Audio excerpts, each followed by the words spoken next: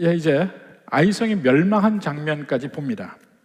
사실 오늘의 말씀은 언약을 갱신하는 내용인데, 바로 전에 언약 갱신은 그 유월절을 지키면서 언약 갱신했습니다. 그것이 여호수아 5장에 나왔고, 그 뒤로 전쟁이 있습니다. 전쟁이 2번 있었죠. 3번, 전부 3번 있습니다. 제일 먼저 여리고성의 전쟁. 그건 전쟁도 아니죠. 하나님이 일방적으로 여리고성을 무너뜨린 일, 그것이 이스라엘 백성들의 말도 안 되는, 전혀 이해도 안 되는 순종을 통해서 하나님이 그것을 이루십니다. 그걸 경험했음에도 불구하고 하나님이 진멸한 것을 어기고 여호와의 것을 취할 때, 하나님은 그 사람뿐이 아니고 전체 공동체에 하나님의 이 재앙이 임합니다. 그래서 결국 아이성에 패하고 그 원인을 찾게 되는데, 은혜롭게도 하나님이 그걸 가르쳐 주십니다. 무엇 때문에 그렇다고 가르쳐 주실 의무가 없어요. 하나님에게 그냥 멸망시키면 그만이에요. 근데 가르쳐 주세요. 그래서 벗어날 길을 주시고, 실제 그 길을 벗어납니다. 그 죄를 끊어내고 그 죄의 전염성에서 벗어납니다. 마침내 아이성에서 승리하고 그 다음에 언약을 갱신하는 장면이 오늘 나옵니다. 그러니까 이 전체를 보면 하나님의 백성들이 하나님이 함께하지 않으면 할 수 있는 게 뭔가, 지극히 작은 아이성, 견고한 여리고성 뿐만이 아니고 작은 아이성, 이 하나도 제대로 무찌르지 못하는 힘없는 족속, 힘없는 백성, 이스라엘 백성들. 그 힘없는 백성이 하나님이 함께 하시면 견고한 여리고성도 이길 수 있고, 하나님이 함께 하지 아니하시면 그 작은 아이성도 이길 수 없어요. 전적으로 하나님의 능력에 달려 있는 것입니다. 그래서 내게 있는 모든 것이 결국은 내 것이 아니고 하나님이 주신 것, 하나님의 은혜로 주신 것이라는 것을 잊지 않고 고백하고 그 가운데서 살아야 합니다. 근데 그것을 잊는다고요. 잊어요. 이 세상 믿지 않는 사람들에게도 하나님이 주십니다. 오히려 믿는 사람보다 더 많이 받은 사람들도 많이 있습니다. 그럼에도 불구하고 그들은 하나님을 모릅니다. 그때 우리는 가끔씩 시험에 들어요. 저 사람도 하나님 모르는 사람들 아닙니까? 저 사람은 하나님의 법대로 살지 않고 세상의 방법으로, 온갖 세상적 방법으로 살아서 돈도 많이 모으고 지위도 올라가고 얻고 싶은 걸 얻고 하는데, 우리는 그렇지 못하다, 이것이 볼 때가 있습니다. 그런 때 이 성경 말씀이 얘기하는 중에 아주 어떤 때는 통쾌하고 어떤 때는 재미있는 말씀이 있습니다. 전도서 22장 봅시다. 전도서 2장 21절. 어떤 사람은 그 지혜와 지식과 재주를 다하여 수고하였어도 그가 얻은 것을 수고하지 아니한 자에게 그의 몫으로 넘겨주리니. 기껏 수고해놨더니 그것을 누리는 사람은 엉뚱한 사람이더라. 많이 해놨는데, 쌓아놨는데 결국 다른 사람이 누리더라. 또 더군다나 26절 봅시다. 그 전도서 2장에 하나님은 그가 기뻐하시는 자에게는 지혜와 지식과 희락을 주시나 죄인에게는 노고를 주시고 그가 모아 쌓게 하사. 저 사람은 하나님, 예수님 안 믿는 사람인데도 어쩜 저렇게 돈을 많이 벌었을까? 쌓게 하사. 그 다음에 말이 더 중요해. 쌓게 하사. 하나님을 기뻐하는 자에게 그가 주게 하신다. 너는 쌓아라. 그거 쓰는 건 다른 사람이 쓸 거다. 통쾌한 말씀인 것 같아요. 쌓아놓고 사는 사람을 부러워하지 마라, 이겁니다. 쓰는 사람을 부러워해라. 하나님을 의지하지 않고 하나님을 인정하지 않고 이 세상의 것을 쌓고 이 세상의 것을 얻은 것은, 그것이 다 헛되게 돌아옵니다. 나중에 헛되게 돌아와요. 아무리 세상에서 많은 것을 누렸다고 칩시다. 많은 업적을 이뤘다고 칩시다. 그럴수록 그것을 놓는 그날이 훨씬 더 비참한 거 아십니까? 세상적으로 권세를 많이 누린 사람들 있죠. 그 사람들이 그 권세를 놓고 난 다음에 세상적 권세를 많이 누렸으면 누렸을수록 그 다음이 더 초라해 보여요. 초라해 보여. 정말 뭐랄까, 그 지혜로운 리더라면, 지혜로운 리더는 오히려 내가 가지고 있는 권세도 다 쓰지 않을 때 오히려 더 돋보이고, 그것을 놓을 때 더 빛나 보이기도 합니다. 지혜로운 리더는. 그것은 국가적으로 대통령도 마찬가지고, 어떤 장도 마찬가지고, 국회의원도 마찬가지고, 뭐 오늘 선거했는데 누가 되는지 모릅니다만, 하여튼 어떤 것이라도 세상 것을 가졌을 때 마찬가지예요. 내가 가져서 그것을 가지고 누릴 수 있는, 내가 행할 수 있는 모든 권세와 권력이 있어요. 능력이 있어요. 그것을 다 쓰지 않는 것이 오히려 아름답다니까요. 하나님은 풍성하시고 우리에게 풍성함을 주시려고 합니다. 근데 우리는 그걸 의심해요. 의심해. 하나님은 먼저 하나님을 전적으로 믿고 의지하는 그 사람에게 풍성함을 주시기로 하는데, 먼저 그것을 보이라고 해요. 하나님을 믿고 의지하는 면을 보이라. 사실 아이성까지 탈취하고 난 뒤에, 아이성을 무찌른 뒤에 보면 그 아이성의 모든 것을 이스라엘 백성들이 그 다음에 주십니다. 다른 성의 것도 마찬가지예요. 근데 오직 여리고만 하나님이 진멸하라고 했거든요. 그 속에 가축과 모든 것과 생명 있는 건 다 죽여서 완벽하게 끝내라고 얘기한 거예요. 다른 때도 그러냐? 안 그렇습니다. 그 다음에 풍성하게 누릴 수 있는데 불구하고 처음 것을 하나님께 드리려고 하는 것을 오해하죠. 죄인인 인간은 곡해해서 해석합니다. 하나님 왜 내가 누릴 수 있는 걸 왜 뺏어가나? 이렇게 생각해요. 근데 그것을 온전히 드릴 때 그 다음의 것은 순차적으로 하나님이 우리에게 누릴 수 있도록 해주시는 거예요.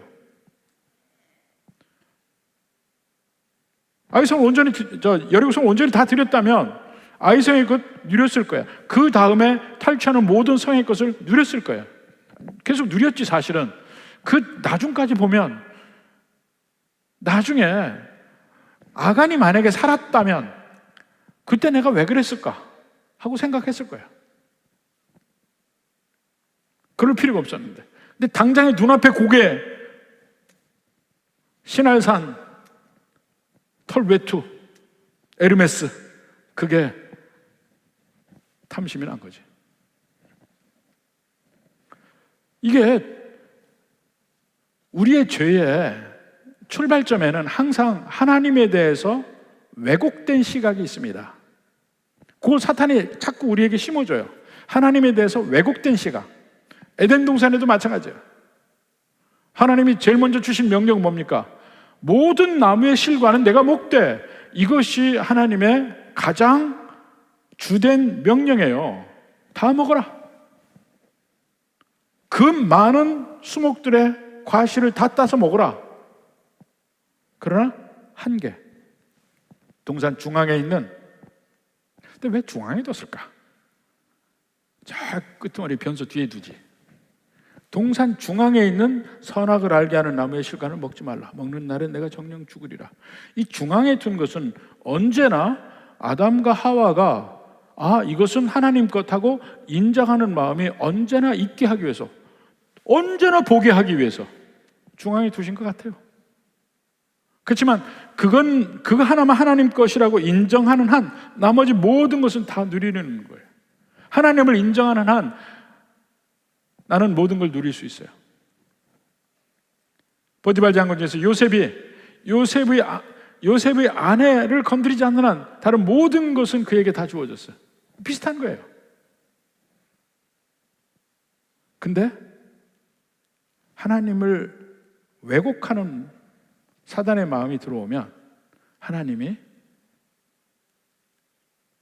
매정한 분으로 보여. 마치 나와 경쟁하는 사람, 아까워서 내게 주지 않는 분처럼 보이게 만듭니다. 사단이 하와에게 그렇게 꼬이잖아요. 동산 모든 나무의 것을 먹지 말라 하더냐? 그 먹지 말라 한 거기에만 보게 만들어. 거기서 하나님이 왜곡되죠. 우리도 하나님의 말씀을 볼 때에 특히 구약에서 잘못하면 하나님을 마치 무서운 분으로만 얘기해요. 꼭 잘 지켜야 돼. 잘 지켜야 돼.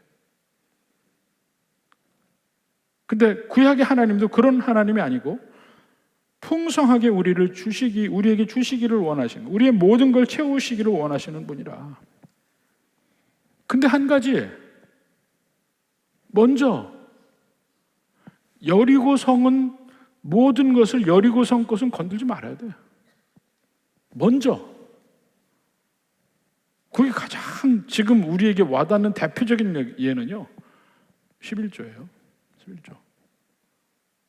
먼저 하나님 것을 구분해 놓는 것. 에덴 동산의 중앙에는 선악에 알게 하는 나무의 실과 먹지 않는 것.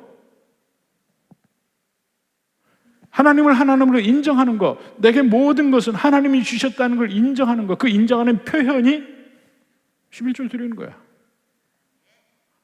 그러면 하나님이 우리에게 풍성함을 보인다는 겁니다. 왜 풍성함을 경험치 못합니까? 하나님을 믿고 의지하지 못하기 때문에 내가 하나님 것을 취하는 거예요. 그게 아간의 범죄와 다르다고 뭐가 있습니까? 오죽하면 그래서 하나님이 답답해서 하시는 말씀이 있어요. 말라기서 3장 10절 봅시다. 만군의 여호와가 이르노라 너희의 온전한 11조를 창고에 들여 나의 집에 양식이 있게 하고 그것으로 나를 시험하여 내가 하늘 문을 열고 너에게 복을 쌓을 곳이 없도록 붙지 아니하나 보라. 시험해 보라는 거야, 하나님.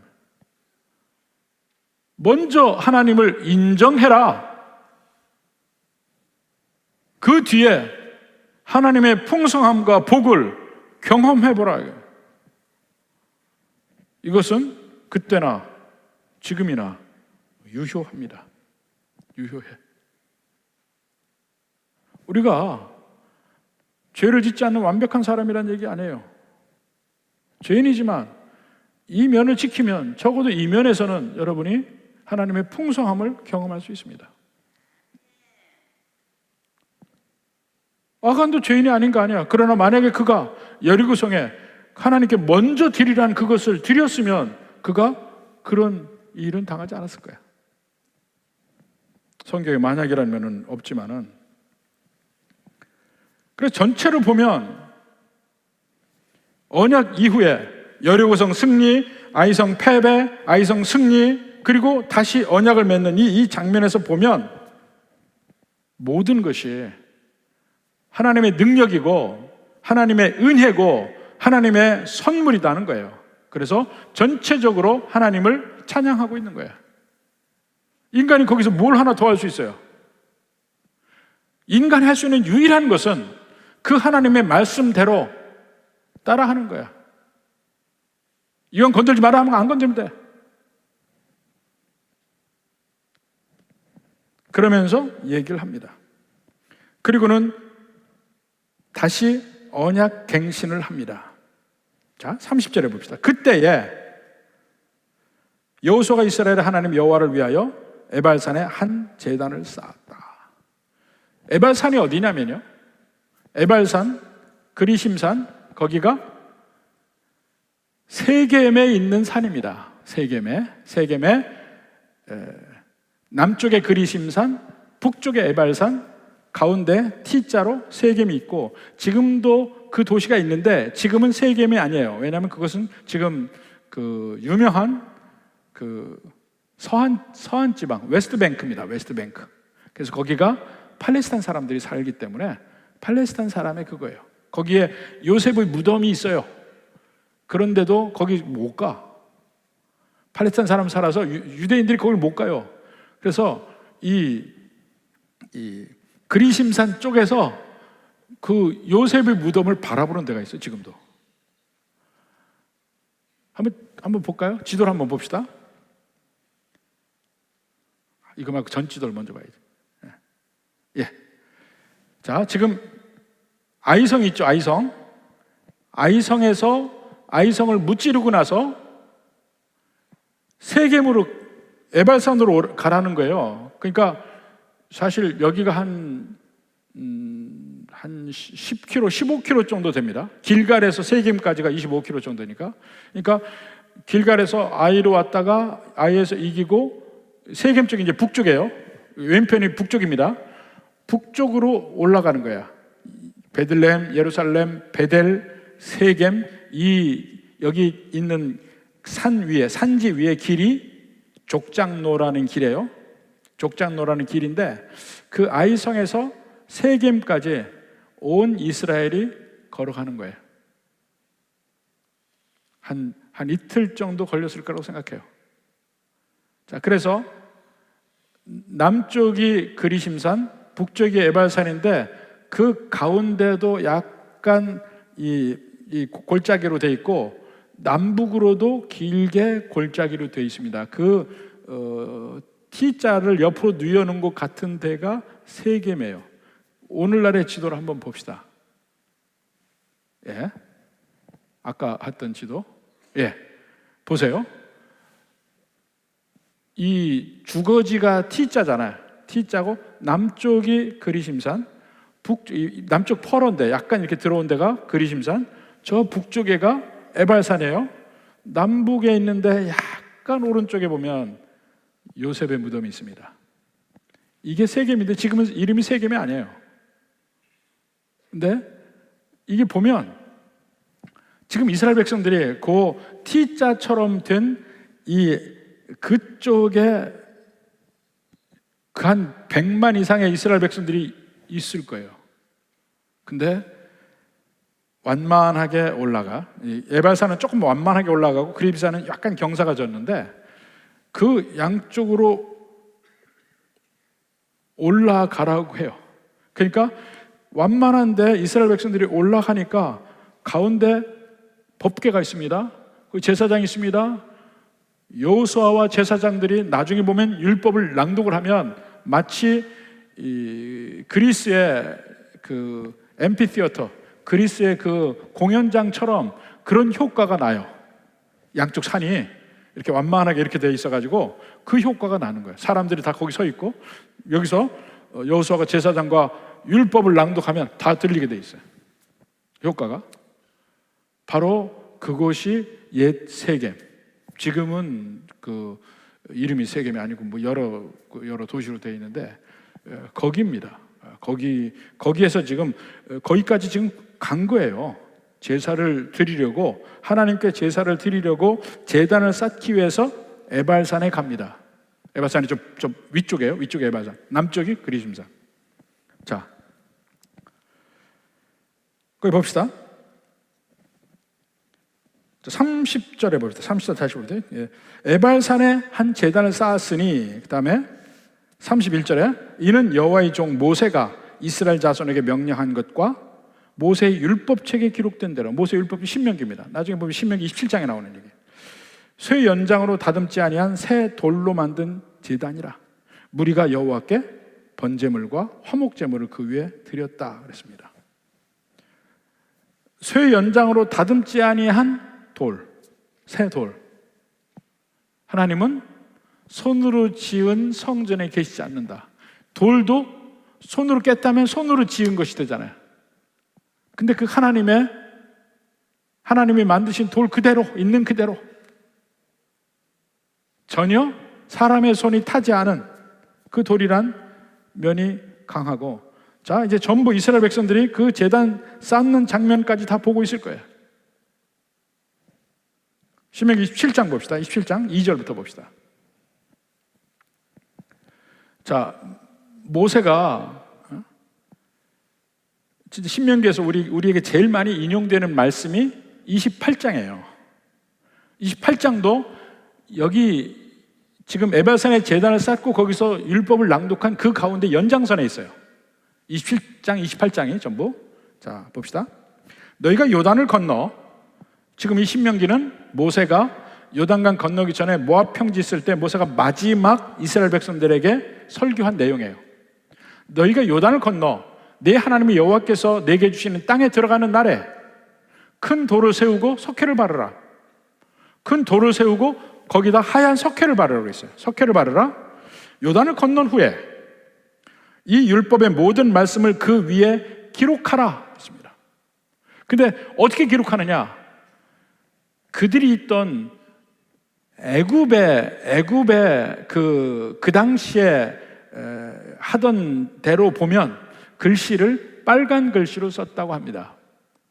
그러니까 큰 돌에 하얀 회를 바르고 거기다가 빨간 글씨로 썼어요. 십계명을 쓰고 십계명 외에 다른 율법들도 거기에 썼을 거예요.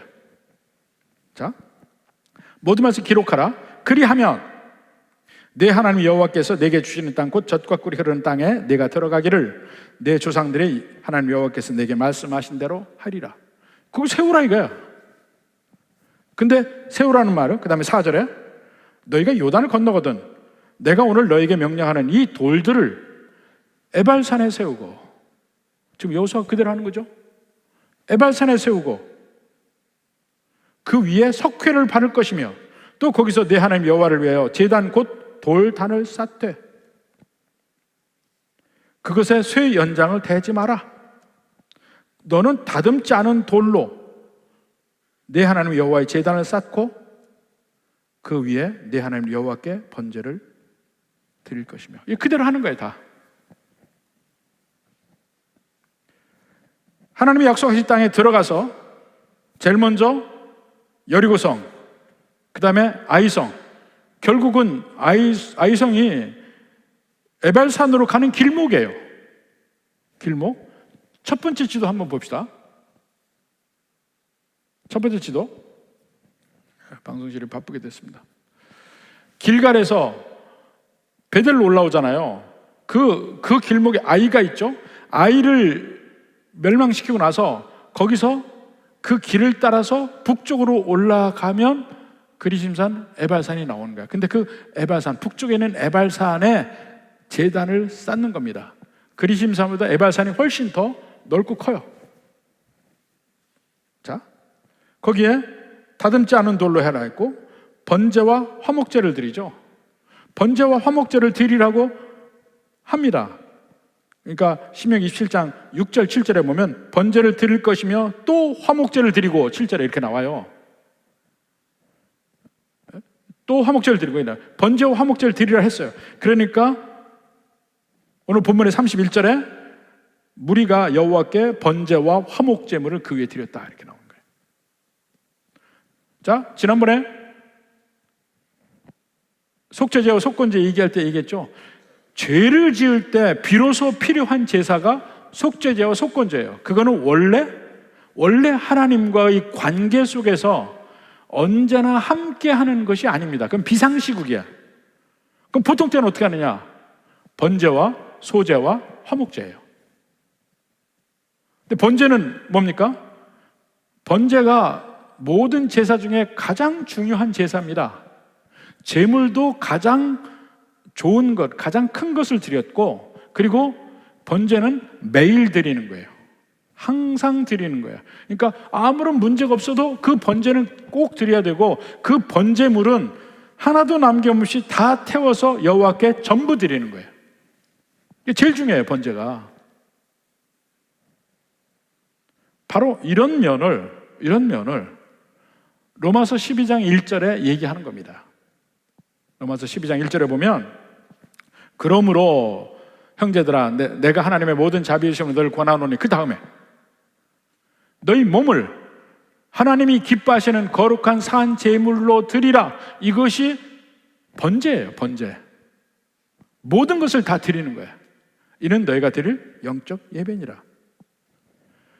자, 번제가 제일 중요하고 나의 모든 것을 하나님께 드리고 하나님께 순종하고 하나님 안에 있는 것이 가장 중요하고, 그 다음에 화목제는 뭐냐면 번제하고 조금 성격이 달라요. 화목제는 일부 기름은 태우고 나머지는, 그러니까 기름을 태운다는 건 하나님께 드린다는 거예요. 사실은 이 제물 중에 가장 좋은 게 기름이에요. 우리는 요새 기름이 안 좋다고 안 먹고 하는데 그 말도 사기랍니다. 사기. 짐승의 기름이 우리가 먹어서 안 되는 게 아니라는 거야. 요새 뭐 하여튼 그런 말. 근데 기름이 제일 좋은다니까. 그러니까 모든 그 짐승의 고기, 기름 없는 고기 먹어봐요. 퍽퍽해서 못 먹어요. 제일 맛있는 데가 기름이에요. 그러니까 소고기에서도 비싼 게 차돌박이고 그런 거잖아요. 그 차돌박이 다 기름이에요. 소기름. 하여튼 기름은 하나님께 드려요. 그리고 나머지는 제사장과 그 제사 드리는 사람이 먹어요. 여호와 앞에서. 그러니까 화목제는 무슨 의미냐면 하나님과 함께 잔치를 하는 의미가 있어요. 화목제는 함께 식사를 해. 그러니까 성찬과 비슷해요. 원래 성찬은 지금 하나님의 몸과 예수님의 몸과 피를 상징하는 것을 우리가 함께 나누는 성찬, 지금의 의식이 있지만 원래는 음식을 먹는 거였습니다. 초대교회에서 보면 유월절 식사의 연장선으로 음식을 먹었습니다. 그러니까 그 음식을 먹는 것이 나중에 막 핍박을 받으면서 많은 수가 함께 먹을 수 없고, 그리고 이 함께 모여 그 음식, 언제나 예배에 성찬이 같이 있었으니까 예배를 하고 두 번째 성찬을 했어요. 처음에 예배는 안 믿는 사람 다 올 수 있었어요. 일부 예배야. 그 다음에 안 믿는 사람 다 보내. 믿는 사람끼리 하는 게 그 다음에 성찬이었어요. 1부, 2부로 나눠서. 근데 그 2부, 그 성찬이 식만 있는 게 아니고 진짜로 음식이었다니까, 처음에는. 근데 나중에 점점 교회가 핍박 중에 그 음식을 해서 같이 먹는 게 어려워지기 시작했고, 교회가 합법화되고 공인되고 난 뒤에는 교회가 너무 커져서 실질적으로 함께 음식 식사하는 게 어려워지고 해서 그 식사하는 면과 그 예식적인 면이 갈라진 겁니다. 그래서 식사라는 요소가 빠졌지만 원래는 식사예요. 하나님과 함께 하는 식사. 그 화목제의 의미라니까요. 하나님과 함께하는. 천국에 제일 먼저 하는 게 뭡니까? 천국 잔치잖아요. 잔치. 그게 화목제의 연장선에 있는 겁니다. 하나님과 함께 먹는 거. 번제는 아니에요. 번제는 하나님께 다 드리는 거예요. 나를 하나님께 드리는 면. 화목제는 하나님과 함께 기쁨의 요소가 있습니다. 기쁨을 나누는 거예요. 거기 신명기 27장 7절 봅시다. 화목제를 드리고 거기에서 먹으며 제사 지낸 자리에서 먹으며 내 하나님 여호와 앞에서 즐거워하라. 잔치라니까요. 잔치야. 그러니까 지금 가나안 땅에 들어가서 제일 먼저 사실은 여리고 성도 가나안 땅으로 들어가는 관문을 깨부수고 들어간다는 의미가 있고, 아이 성도 이 하나님이 가서 제사 드리라고 하는 에발산의 중간지예요. 중간지. 거기서 문제가 생긴 거야. 근데 깨부수고 에발산 가서 다른 데를 다 정복하기 전에 거기서 먼저 하나님께 제사를 드리고 언약을 갱신하는 장면이야. 그 가나안 땅에 들어가서 처음 하나님께 드리는 제단과 제사야. 그 의미가 얼마나 있습니까? 그래서 그 돌에, 거기에 있는 돌에 또 회칠을 하고 빨간 글씨로 모두에게 선명하게 보일 수 있도록 십계명과 다른 율례들, 한 미시바팀이라는 게 핫다바르, 이게 십계명이고 한 미시바팀 하는 게 이제 율례들입니다. 그것들을 기록한 거야. 기록한 내용이 그 뒤에 그 27장 후반부에 계속해서 나오는데 봅시다. 자, 우리 본문의 32절 33절에 그 면이 나오죠. 여호수아가 거기서 모세가 기록한 율법을 이스라엘 자손의 목전에서 그 돌에 기록하며, 다 보고 있어요. 보고 있는 가운데 제사를 드리고 번제를 드리고 화목제를 드리고 같이 먹잖아요. 다 같이 먹는 거야. 얼마나 많은 제물이 올라갔겠어요? 그리고 나서 다 나눠서 먹는 거야. 그리고 율법을 그 돌 위에 회칠하고 빨간색으로 칠하는 걸 다 보고 있습니다. 엄청나게 성대한 의식을 지금 하고 있는 거예요. 그러니까 33절에 봅시다. 이스라엘과 그 장로들과 관리들과 제사장들과 본토인뿐만 아니라 이방인까지 여호와의 언약궤를 맨 레위 사람 제사장들 앞에서 궤의 좌우에 서되 절반은 그리심산 앞에 절반은 에발산 앞에 섰으니, 지금 에발산에서 제사를 드리겠어요. 절반 밑에 평지와 약간 올라간 언덕길 보이죠? 언덕 보이죠? 거기에요. 이는 전에 여호와의 종 모세가 이스라엘 백성에 축복하라고 명령한 대로 함이라. 그래서 거기까지 이제 기록하고 그 다음에 한 것이 뭐냐면, 그 다음에 한 것이 34절. 그 후에 여호수아가 율법책에 기록된 모든 것대로 축복과 저주하는 율법의 모든 말씀을 낭독했다. 아마 이 낭독은 여호수아와 제사장들이 한 목소리로 외쳤을 거야. 그러니까 이게 전부 그 음향 효과로 다 들렸을 것이다 생각합니다. 한 목소리로 외쳤을 거예요. 근데 그것이 모세가 모압 평지에서 신명기 17장에서 바로 그 명령을 그대로 합니다. 한번 봅시다. 11절부터 봅시다. 신명기 27장 11절부터. 모세가 그날 백성에게 명령하여 이르되 너희가 요단을 건넌 후에 시몬과 레위와 유다와 이사갈과 요셉과 베냐민은 백성을 축복하기 위하여 그리심산에 서고 루벤과 갓과 아살과 수불론과 단과 납달리는 저주하기 위하여 에발산에 서고, 그러니까 그 아래서부터 에발산에 쓰고 그리심산에 쓰고 이렇게 한 겁니다. 거기서 이제 가운데 법궤와 레위 사람들이 있어요.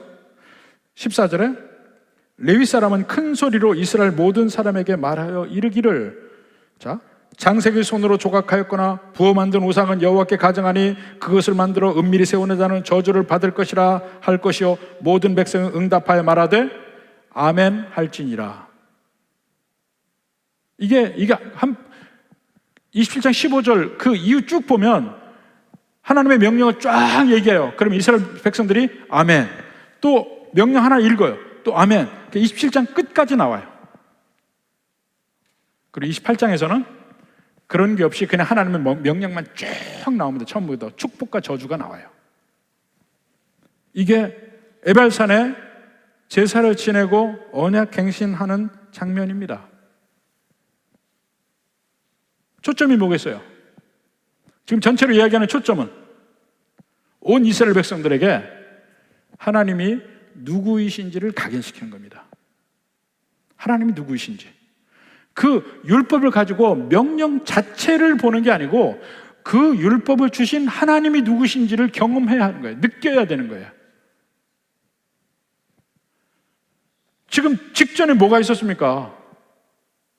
하나님의 능력이 나타났죠. 여리고성을 무찌를 정도로. 하나님이 얼마나 하나님의 것을 건드리는 것을 싫어하는지를 보았죠. 아이성에서. 하나님은 일단 명령하시면 그 명령이 지켜지길 바라고, 그것이 그렇지 않을 때 하나님이 얼마나 진노하시는지를 아이성을 통해서 다 알았어요. 그것을 성경적 용어로 뭐라고 하냐면 하나님은 거룩하시다고 하는 겁니다. 하나님은 거룩하시다. 그 하나님의 거룩하심의 측면을 이스라엘 백성들이 여리고성에서부터 지금까지 계속해서 지금 경험하고 있는 거예요. 하나님의 거룩하심을. 그래서 죄는 미워하시고 반드시 심판하는 면을 보이십니다. 근데 그 하나님이 누구냐면 예수님이에요. 그 죄를 싫어하시고 죄를 멸하시고 나서 복 주시는 분이 예수님이라고요. 삼위일체 하나님이 거기 다 있어. 그것은 성부 하나님이고 예수님은 다른 의였다 하지 말아요. 그 삼위일체 하나님이 구약의 여호와 안에 다 있어요. 예수님이 그렇게 죄를 싫어하는 분이라고. 그러면 또 그래 얘기합니다. 예수님이 죄를 싫어하는데 자꾸 이스라엘 백성들이 죄를 지니까 할 수 없이 예수님이 십자가 하셨다. 아니요, 그것도 아니라니까요. 십자가 가시는 것까지 창세 전에 이미 예정된 겁니다. 창세 전에 예정된 거라니까요. 십자가까지도. 이스라엘 백성들에게 얼마나 죄악된 면을 싫어하시는 하나님의 거룩하심이 무엇인지 완벽하게 보이시면서, 그래서 그 죄 때문에 십자가에 가신다는 걸 설명하고 있을 뿐이야. 하다 안 되니까 내가 십자가 가야 되겠다, 이게 아니라니까요. 이미 그 모든 것이 창세전에 계획되어 있었어요. 우리가 생기기도 전에 우리를 아시고 우리를 택하시고 우리를 마지막에 천국까지 가게 하실 것이 다 계획하셨어요, 창세전에. 근데 그 하나님이 왜 십자가에 가야 되는지 이유가 충분히 설명돼요. 죄를 얼마나 싫어하냐면 반드시 없애야 되고 한 끗도 남지 않아야 되고, 그것이 완벽하게 해결되기 전에는 이스라엘 백성들이 살 수가 없어요. 그것이 우리요. 완벽하게 해결되기 전에는 살 수 없는 존재. 그래서 예수님이 십자가에 가신 거예요. 근데 끊임없이 우리는 잊어요. 끊임없이 우리를 높이려고 그래. 끊임없이 나는 거룩함으로 간다, 뭐 이런 식으로.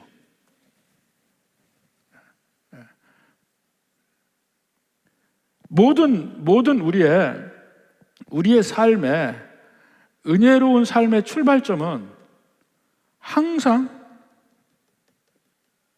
하나님의 거룩하심 앞에서 나의 추악함과 더러움을 인정하는 것부터 시작해야 됩니다.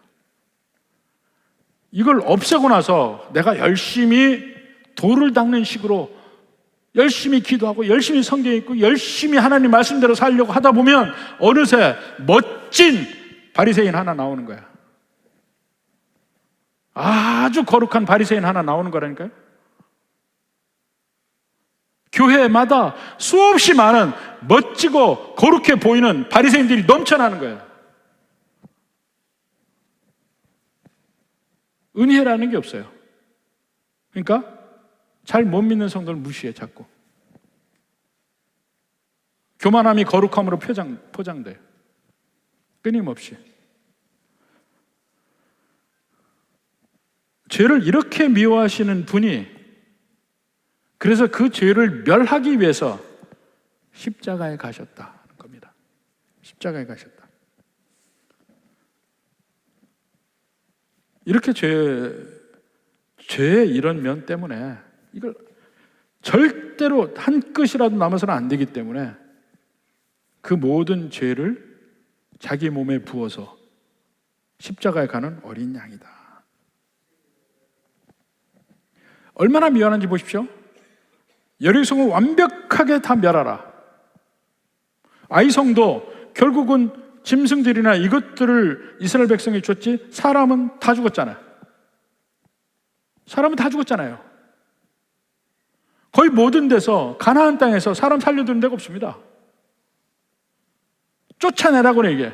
절대로 같이 하지 말라고 얘기해요. 근데 나중에 그 말을 안 듣고 결국은 올무가 되리에요. 다 죽이라, 아니면 쫓아내라, 그 땅에서. 근데 그거 안 하잖아요.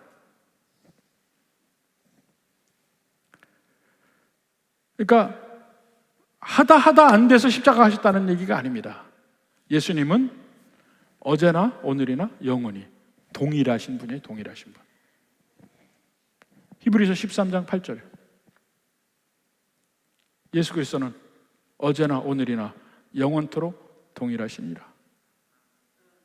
창세 전부터 이미 예수님은 우리를 아시고 우리를 부르시고 우리를 택하시고 우리를 위해서 이미 죽으실 작정을 하셨어요. 근데 그 의미를 모르잖아요. 왜 죽으셔야 되는지. 아이성을 진멸하는 과정 속에서도, 아간이 죽어야 되면 그 과정에서도 하나님의 거룩함, 하나님의 죄를 싫어하심, 이 면을 다시 한번 보여주는 겁니다. 그 와중에서 나를 위해 십자가에서 가셨구나. 그걸 다시 한번 깨달을 수 있는 시간이 되기를 주님의 이름으로 축원합니다.